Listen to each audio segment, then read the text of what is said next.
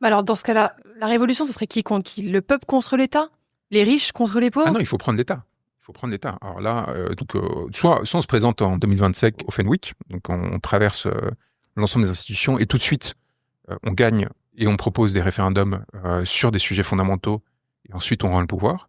Vous voyez, et on remodèle la façon dont est structurée la politique française. Donc, quand vous dites redonner le pouvoir, c'est que pendant ce moment-là, c'est plus une dictature et après vous redonnez dans une démocratie, donc redonnez le pouvoir au peuple. Vous êtes, vous présumez de choses. J'essaie de comprendre. Même s'il est vrai que parfois l'hypothèse d'utiliser ce magnifique territoire français que sont les îles Kerguelen pour se débarrasser de quelques-uns de nos oligarques peut nous effleurer.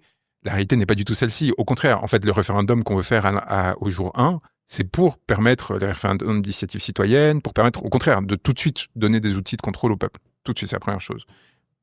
Comme je le disais, sur l'Union européenne, sur l'OTAN, l'enjeu, c'est quoi? Il y a eu un référendum en 2005, c'est le dernier d'ailleurs.